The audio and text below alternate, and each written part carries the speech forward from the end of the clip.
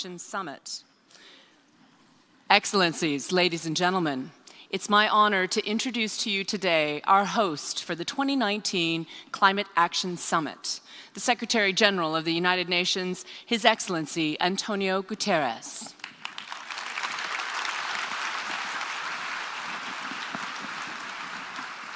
Excellencies, ladies and gentlemen, nature is angry, and we fool ourselves if we think we can fool nature, because nature always strikes back, and around the world, nature is striking back with fury.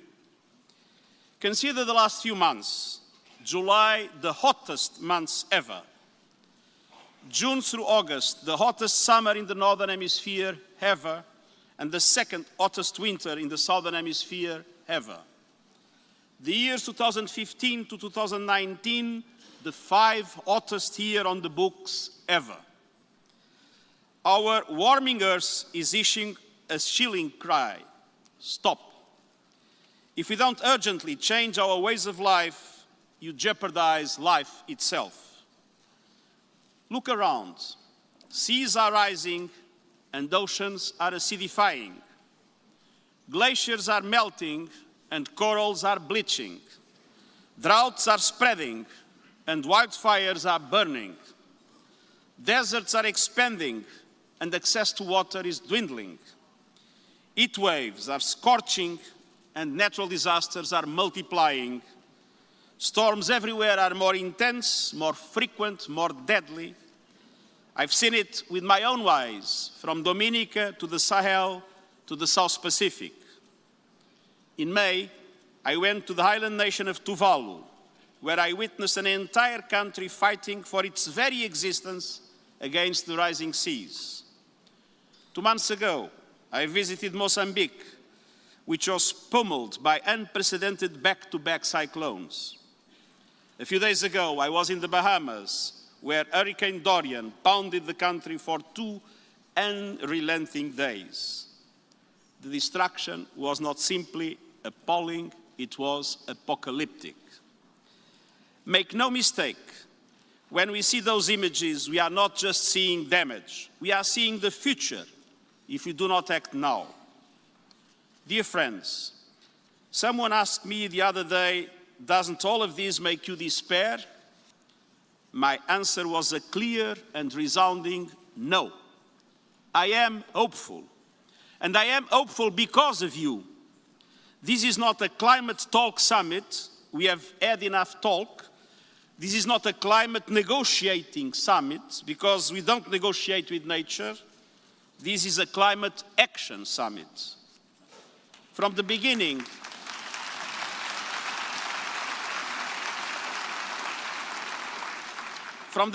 I said the ticket to entry is not a beautiful speech, but concrete action. And you are here with commitments. Governments are here to show you are serious about enhancing nationally determined contributions under the Paris Agreement. Cities and businesses are here showing what leadership looks like, investing in a green future.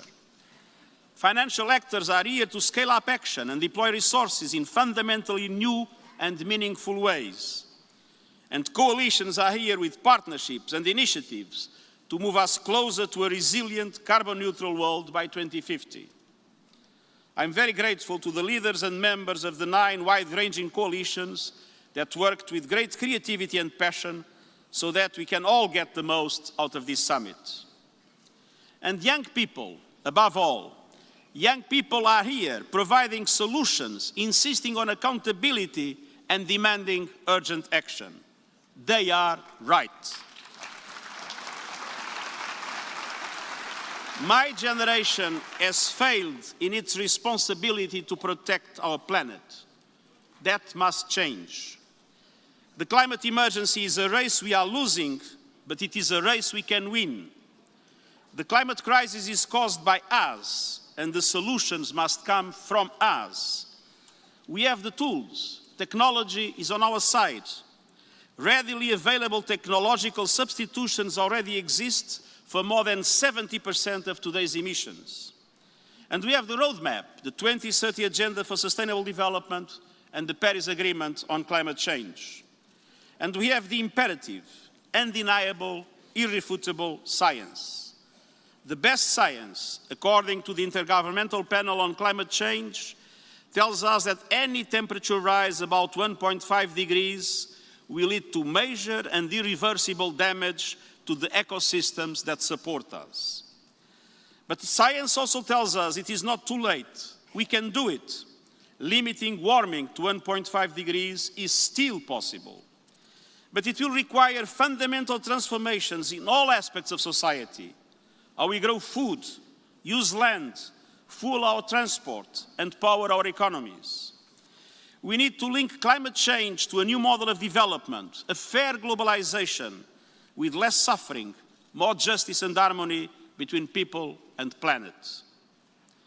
Dear friends, there is a cost to everything, but the biggest cost is doing nothing. The biggest cost is subsidizing a dying fossil fuel industry, building more and more coal power plants, and denying what is plain as day, that we are in a deep climate hole, and to get out, we must first stop digging. After all, it is common sense to give is it common sense to give trillions in hard-earned taxpayers' money to the fossil fuel industry to boost hurricanes, spread tropical diseases, and heighten conflict? Is it common sense to build ever more coal plants that are choking our future? Is it common sense to reward pollution that kills millions with dirty air and makes it dangerous for people in cities around the world to sometimes even venture out of their homes?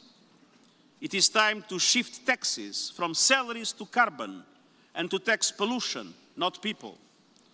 Chers amis, friends, the scientific community reminds us time and again that at all costs we must reduce greenhouse gas emissions by 45% by 2030.